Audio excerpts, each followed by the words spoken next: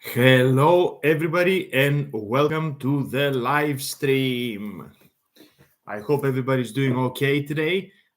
We are going to deal with an important topic, which is exam stress. So, we're going to try and navigate this difficult period, and this stream is specifically designed for you, our friends who are taking the SQE just now on the July sitting. So it is coming up. The window for the exam is beginning on the 15th of July, which is roughly 3 weeks away. So I'm there with you. I know that you're suffering at the moment, but we're going to talk about things that hopefully are going to be of assistance for you today. So whether you're watching this live or you're watching this on the recording later on, feel free to let me know how you feel, either on the chat that we've got right now or in the comments down in the description. Right, exam stress, ladies and gentlemen. Do you feel stressed? If you're the July cohort, you probably are. If you are the January cohort for SQE1 that's coming up later, you've got a little bit of time, but maybe you're getting stressed about this already. Now, let's start off by trying to understand what we mean by exam stress. And what are the common symptoms, perhaps, of people who might be stressed in an exam? How does this actually manifest itself? First of all, being stressed for an exam is a perfectly natural response. So I don't want anybody to get the idea that you might be feeling unwell at the moment, or you might be feeling a little bit stressed, and that makes you feel self-conscious. Being stressed, coming close to a big, significant exam, is absolutely 100% normal. So remember this. Especially for a high-stakes exam like the SQE, that people have spent so much money in registering for the exam, they spend so much money in paying for perhaps tuition or studying with a provider or purchasing additional material. This is, in fact, a very significant investment of time, a very significant investment of money, something that has probably swallowed up your entire life over the last 6 months. And I do think it takes usually about 6 months of rather intense engagement to prepare for each part of the SQE process. So if you are part of that category, then this is perfectly normal to feel a bit stressed. If you're watching this live, stick it on the chat on the side of your screen and let me know if you're actually feeling stressed about this at the moment, or feel free to put comments down in the description. Yeah. It's all perfectly normal. It's all perfectly natural. How is all this stress going to manifest itself? Well, you could have physical manifestations of being stressed. I know this stuff happens to me, right? People get headaches. People get stomach cramps. You feel tired. You feel tense. You see how, your shoulders are all kind of, they feel stiff. You have difficulty. I was about to say you might sweat a lot, but it's 30 degrees in London at the moment. So sweating might be on account of the weather, not being on account of your exam stress. But your heartbeat is elevated. Generally, you feel anxious, you feel irritable. You might have mood swings. So being stressed for an exam isn't just simply you experiencing these symptoms for yourself. The rest of your family and the people that live with you and the people who interact with you and your work colleagues are also experiencing the consequences of you being stressed. It might happen that you feel overwhelmed. There's a chance that all these sort of physical and emotional symptoms might manifest themselves in difficulty concentrating and difficulty preparing. You're preparing for an exam, right? So remembering stuff is a key part of your process. What happens if you start developing memory problems? What happens if you start getting stuck? You get confused about different areas. You're kind of navigating your way through the FLK and you suddenly confuse your business law with your contract law and your land law. This is all stuff that can happen. And it gets worse the more stressed you get, and perhaps it gets worse the closer we're getting to the exam. Add to this some negative thoughts and a little bit of imposter syndrome and kind of feeling that you're not good enough for this, or worrying that you're going to fail, and all this can aggravate things. Now, all of these things, the physical elements of it, the emotional symptoms, the cognitive symptoms, might actually lead to changes in your behavior. You know, the concept of procrastination? Yes. When we have to do something that we don't want to do and we find anything else to occupy our time. For instance, what happens to me if I've got marking to do, I'm marking scripts for my students because I don't particularly enjoy that. I will procrastinate, and to help me procrastinate, I will do anything else. I will clean the house, I will do the gardening, I will even iron shirts if I have to, which I never do. So I will just do anything to waste the time, to kind of give myself an excuse of not engaging with a task that I find stressful or I find boring or whatever else. Now, procrastination is one of the main problems. You could have issues. You could lose your sleep. You kind of wake up in the middle of the night and you're anxious about it. You could just feel overtly hungry, or perhaps not hungry at all, and you kind of neglect to eat properly. That could be problematic. Now, I hope this isn't happening to you, but there's also a chance that you might kind of seek some comfort out of this situation by kind of smoking more or drinking more. And these are probably things that we don't want to do while we're preparing for an exam. It's important, therefore, having a look at all of these things to recognize exam stress, to see if it is really happening to you and to acknowledge it. So you shouldn't be fighting against the acknowledgement that this is in fact a stressful experience. So you don't have anything to prove to anybody. The fact that you're already engaged in this process is proof enough that you're a resilient enough person to do something important. So you don't have to pretend to everybody else to be cool and chill and happy about this all the time. Nobody would expect you to be happy if you're sitting an exam like this.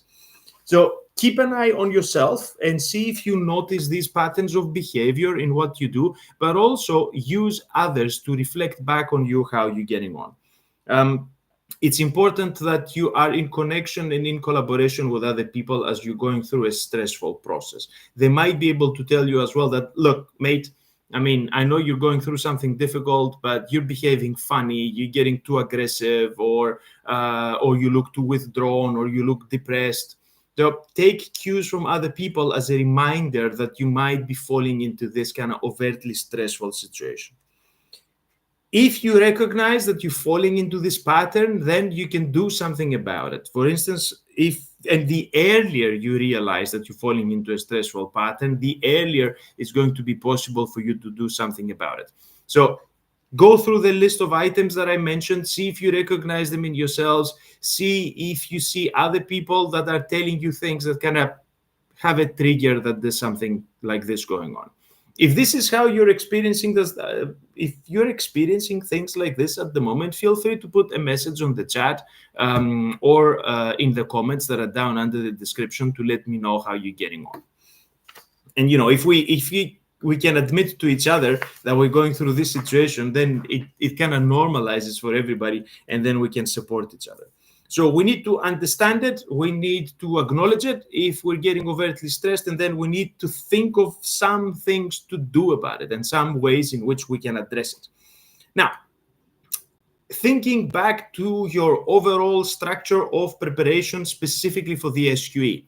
Now, as I'm telling you this, if we're dealing with issues of exam stress or having to perhaps react to situations that we might find stressful, this applies to a whole range of scenarios, including any type of exam, really. It's not just for the SQE. But considering that the audience here for this channel is primarily geared towards the SQE, I'm going to be making references back to this examination. Just in case you walked into this video and you don't know what I'm talking about, the SQE is the Solicitor's Qualifying Examination. It's the sort of thing that you need to do in England and Wales in order to become a lawyer. But of course, as I said, a lot of the things that we're talking about will resonate to anybody who's sitting through an exam situation and has to deal with the stress and the emotional baggage that attaches to such an exam. Right. If, say, we're taking the SQE as our operating example here, how are we going to deal with this stressful situation to make it more bearable, to increase our chances of succeeding in the exam, and also to make it a little bit more pleasant for the people that we have to live with? First of all, remember the importance of having a study plan and a pathway towards preparation. one of the elements that enhance exam stress is a feeling that you lost control over your time. I know that the SQE by itself is a very stressful, very time-limited process, but if you can anticipate this and have a study plan with specific milestones that you can hit as you're getting closer and closer to the exam, this is going to alleviate some of the pressure that you're going to feel, and it's going to make the progression towards the July sitting, if that's what we're talking about, a little bit more manageable.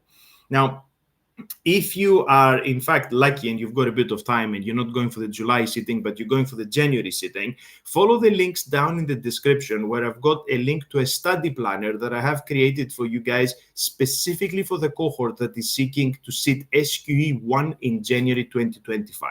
This is a free calendar. It's on PDF. I've made it myself. It's all cool. Feel free to download it and have a look at it. No obligation whatsoever.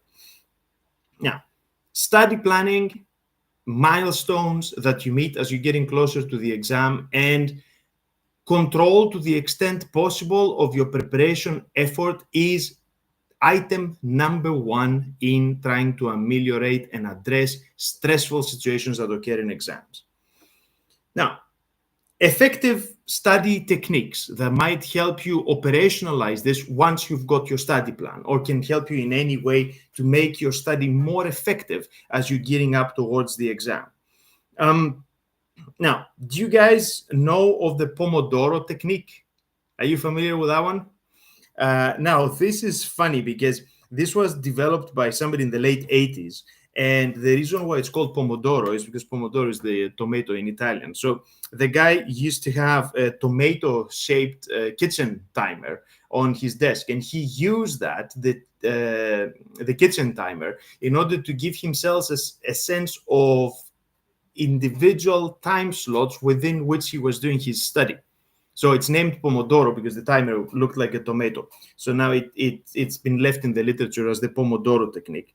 What this relies on is that you set your timer, and actually I found a nice one for you on Amazon, and I've put the link down in the description. So if you're looking for a fancy timer, then there's a nice one down there. So you set your timer to 25 minutes, right? I mean, you can put whatever you want, but the traditional technique is based on 25-minute slots. So you put your timer for 25 minutes. Actually, I should have a timer to demonstrate this, but anyhow, I forgot. And you have a specific task that you're trying to accomplish within those 25 minutes. So you put your timer, set it down, set it to go, focus on your task for 25 minutes. Then you take a break, and that's important. So you have a 5-minute break if you're doing 25 minutes of study, then a 5-minute break where you do something else entirely.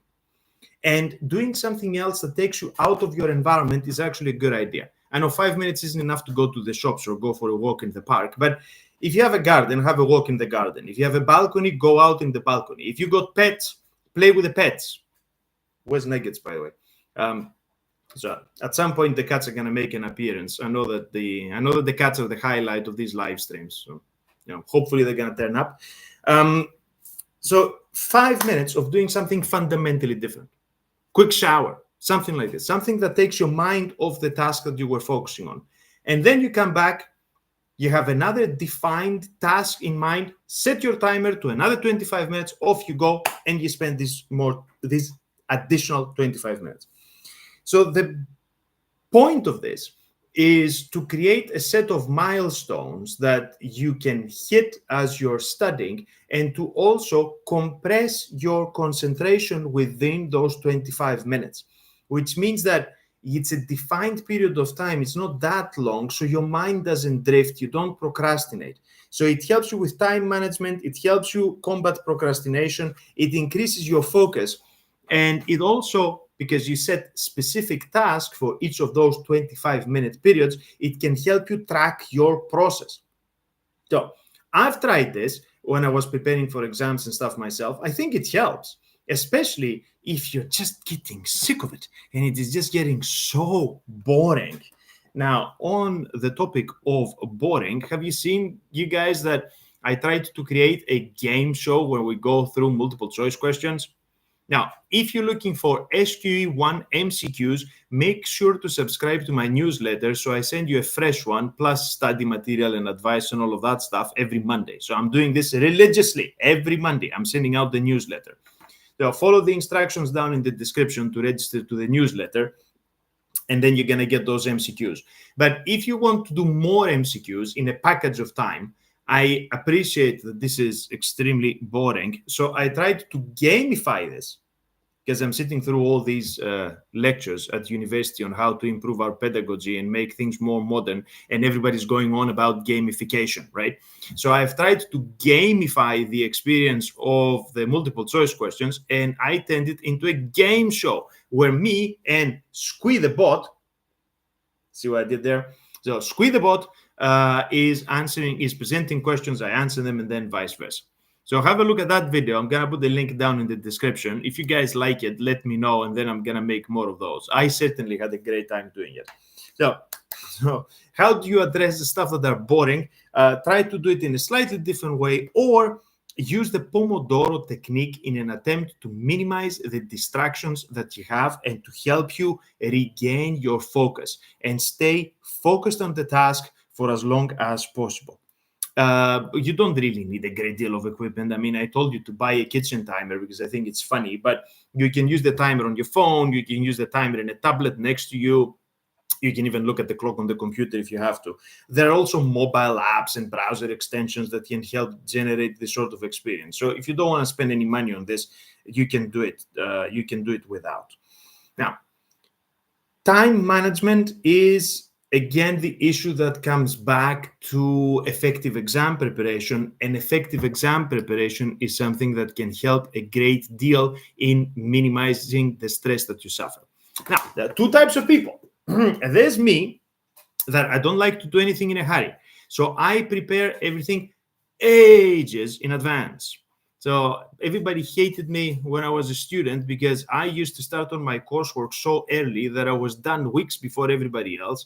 And then when everybody else was scrambling to get it done, I was just sort of lounge, and they thought I was lazy and I wasn't doing anything. But I had exceptional time management. And the moment that we got our coursework essay, I would set out to do the relevant reading, prepare for this. Of course, an exam is at a specific point, so you cannot really change the time that you're doing it, but you can change or manipulate the time that you're preparing for it. Now, if you're the sort of person that gets stressed if you do stuff last moment, make sure to anticipate this and build enough time into your study and your preparation routine to stretch things out. My study planner that I mentioned earlier, have a look down in the description, gives 6 months minimum preparation for the SQE. So the planner that goes up for the January 25 sitting was actually starting last week in June. So it would give you like the entire 6-month period to prepare for that exam. This works for me because I want a lot of lead time and I don't want to do things in a hurry, and I can actually focus on the task if I'm doing it very early in advance. And then there are the other people. The other people are the people who cannot focus unless they've got the clock ticking, which, for me, I cannot do it, but it works for others. So I'm not here to judge anybody. If you are the sort of person that needs the deadline looming in order to concentrate, also be honest with yourself about this. But there's just one thing that worries me here.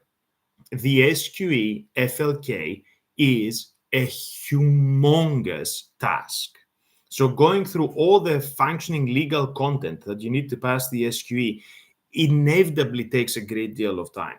So if you're the sort of person that needs the looming deadline in order to prepare effectively and to kind of think about how you're going to concentrate the study, be also mindful of the burden of this exam.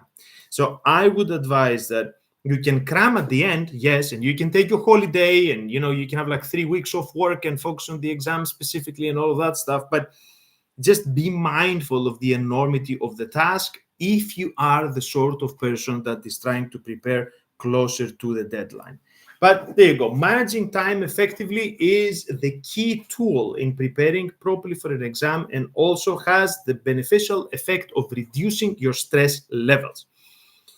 Generally, maintaining physical and mental health is important if you're going through a period in your life that is stressful. I know everybody's going to tell you this, and it's easier said than done, but try and eat healthy, try and exercise, try to go out, try to do things that are other than sitting in front of the computer, sitting in front of the screen, or sitting with a textbook in your hands. Your body is going to need this. You're going to need the energy because you're going to spend the calories because you're doing something that's very intellectually demanding. But you need to sort of balance the needs of your body, but also you need to give yourself some distraction and some opportunity to do something else. So if you're mindful of your physical state, this will help you maintain your mental state. And if you discover that your mental state is deteriorating because your stress is becoming uncontrollable, then it is time to watch this presentation here to get some ideas on what to do about it. Again, I have to highlight the fact that it is normal to be anxious. It is normal to be nervous when you're dealing with an important high stakes exam, for example, the SQE. You need to be able to identify if you're having any negative thoughts. You need to identify if you're getting overtly stressed. You need to take feedback from the people that you're with and from your community in order to help you. And importantly, you need to seek the support of others, hopefully others who are going through a similar experience. Now, I'm trying to offer you this opportunity, especially if you're studying alone and you're not at university at the moment, or you're not part of a prep school that offers you classes. So in case you're on your own going through this and you're feeling a bit isolated, if you join the newsletter, you have the opportunity to participate with a group of other people who are participating in the same experience. Even better, if you join our Facebook group, for which there is a link down in the description, you can join a community of other candidates. We've got something like 3,700 members on the Facebook group at the moment. I mean, clearly, not all of them are sitting the SQE at the same time. Clearly, not all of them are real people, because I'm sure there are some bots in there, even though I do my best in trying to kind of eliminate and ban the bots. But if out of this kind of 3,700, there's even 500 real people who are actually going through this exam at the same time, looking forward to the July sitting, wouldn't it be great to have access to those people, to be able to exchange some thoughts, to be able to chat, or even to put a message on the Facebook group that just says, hey, how's everybody else getting on? I was lucky in my experience because most of the exams that I sat them in an institutional environment. So I had a built-in community. I was with other students. We were physically there. We got to hang out. We got to discuss the experience. We got to support each other in real time, in the same physical location, in the context in which we were taking this exam. Now, the SQE is very different because the SQE obviously draws people from a variety of locations. Many of you are from overseas as well. And because people are studying for it either in diverse physical centers or more often through online providers and support that is asynchronous, there is a great need and a great lack of a sense of community. So if you have an opportunity to participate in one, especially one that's free, like the Facebook group, I would advise that you go for it and try to make the best of this common experience that you have with everybody else. Now, what happens with dealing with the stress on the day? This is going to be terrible. Now, you guys, I hope, are familiar with how the VU Kaplan test centers operate. There have been some horror stories in the past about things going wrong with these test centers.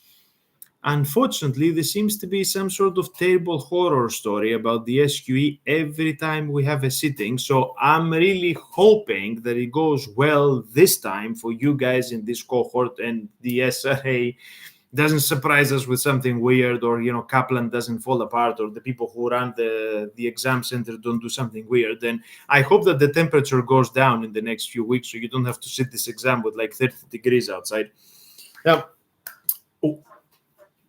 expecting and anticipating what's going to happen on the day is very, very important. So be sure to read your instructions very carefully about what to expect in the examination center as well, and be prepared for the occasional disruption. Because as we said, unfortunately, things tend to go wrong with these examination centers.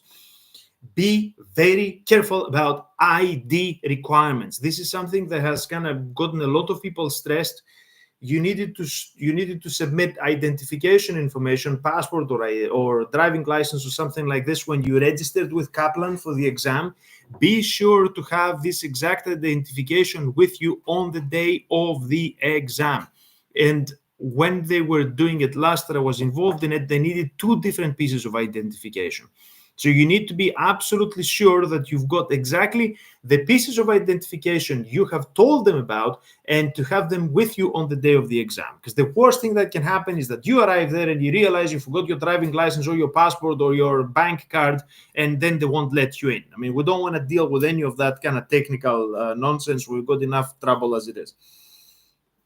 So make sure that you read to the letter and multiple times the information that the examination center is going to send you about what you need to bring, what you're allowed to have, when you should go there, when can you leave, what can you do while you're in there, whether you have bathrooms, whether you have water, whether you can eat. All of these things are explained in the notices that Kaplan, the examination authority, is going to send you. So be sure you're 100% confident that you understand all of this information. Why? Because any sort of lack of anticipation or misunderstanding about the conditions of the exam on the day in which it is happening is going to explode your stress levels. Because you are going to be stressed already and your mind is looking for a problem to latch on. So if you worry about your ID requirements, this is just going to drive you crazy as you're in the tube going to your examination center. Or if something else goes wrong, or you're worried about your water bottle, or you're worried about your backpack or something like this, this is going to be the focus of your worry and is going to distract you from the exam. So the better you know and the more confident you are about whatever is going on, the less the chance that your mind is going to find a problem to latch on and get yourselves stressed out. Now, the night before, try and get some sleep. Don't take sleeping pills and stuff, and then you cannot wake up on the day. That would not be cool. Okay, so you need to be conscious for your exam. All right. See what I mean there? So we need to be all well awake, and also don't load yourself with about 600 different coffees, because you don't want to go in there kind of trembling with your head about to explode. So know your body and anticipate your physical state as well as your mental state and everything else. Now, for me, I start poorly because I start the morning with instant coffee, and then I have another instant coffee, and then I have a filter coffee, and then I have another filter coffee, and then I have an espresso machine, and then I have a Greek coffee, and then my head's about to explode. So I can do this sort of stuff while I'm at home, because I think somebody's going to find my body and can pick me up.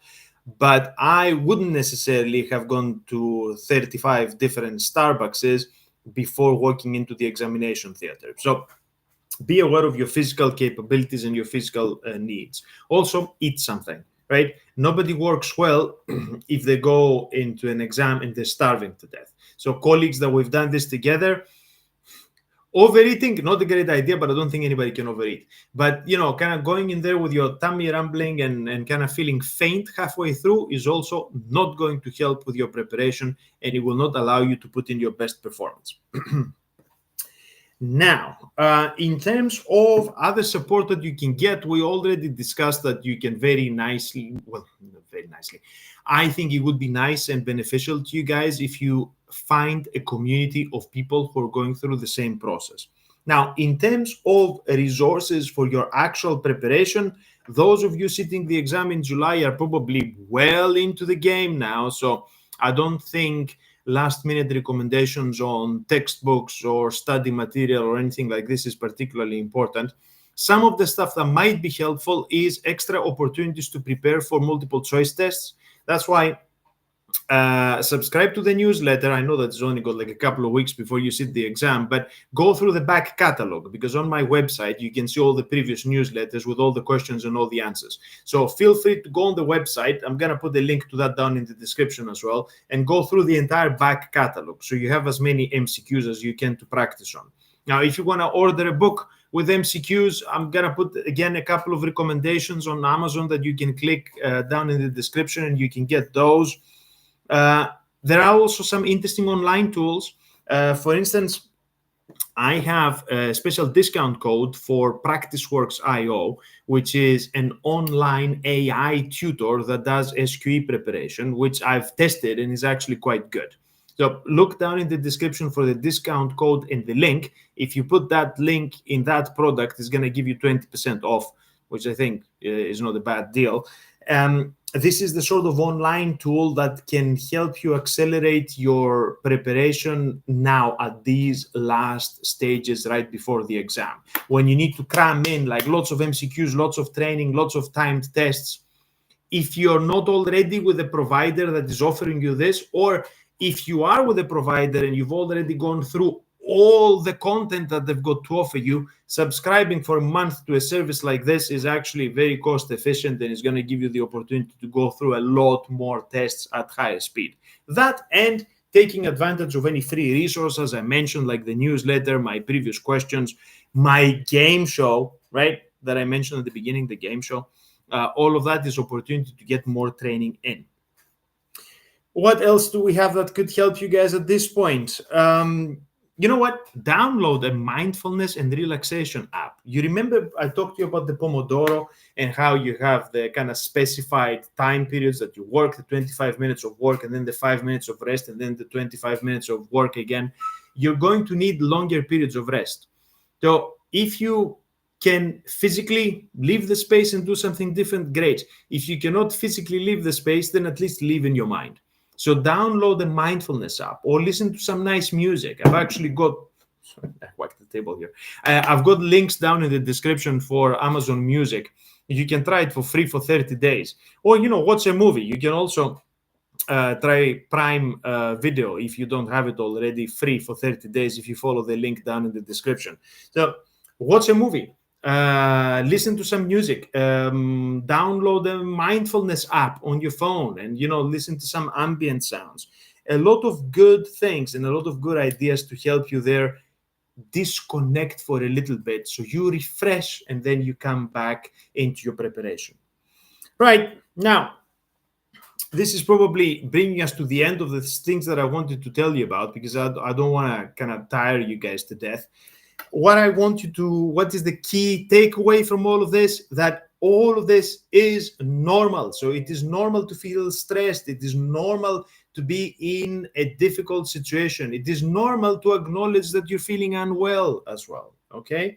So this isn't a great experience. None of these exams, even the kind of New York bar or the Paris bar exam is actually a lot worse than this, to be honest. But none of the qualification bar exam style experiences are pleasant for anybody. So it's fine to be stressed. It's fine to acknowledge that it's stressed, and it's fine to ask other people to be nice to you and to support you and to share in the experience that you're having. And even if you want to express this anonymously, it's fine. Just go into our Facebook group and you can put an anonymous message now on Facebook that says, look, I'm like super stressed and I don't know what to do with myself. And, can anybody help me out? Or is anybody else who's feeling the same? And you'll find that there are loads of people who are actually going through the same situation. You are not alone. We've been through this. We've been through exams. We've been through stressful situations. We've done all the kind of bad things that we shouldn't have done. I mean, it's easy for me to say that there are ways that you can do to cope. Perhaps it's more difficult from your perspective if you're just sitting this exam now. But I want you to consider at least the things that I mentioned in this live stream. Guys, thank you very much for being here. I hope that you found this useful. If you did find it useful, click the like button so you can spread it to more people, and feel free to tell your friends about it. I really wish you the best for the exam. I'm going to be there with you every step of the way up until we start on the 15th of July, and then for the couple of weeks that the thing goes on. So feel free to interact, to put something in the comments, to participate in the Facebook group, to subscribe to the newsletter, and I hope I can provide some assistance to you guys. All the best, and go get yourselves an ice cream now in this heat. You've earned it.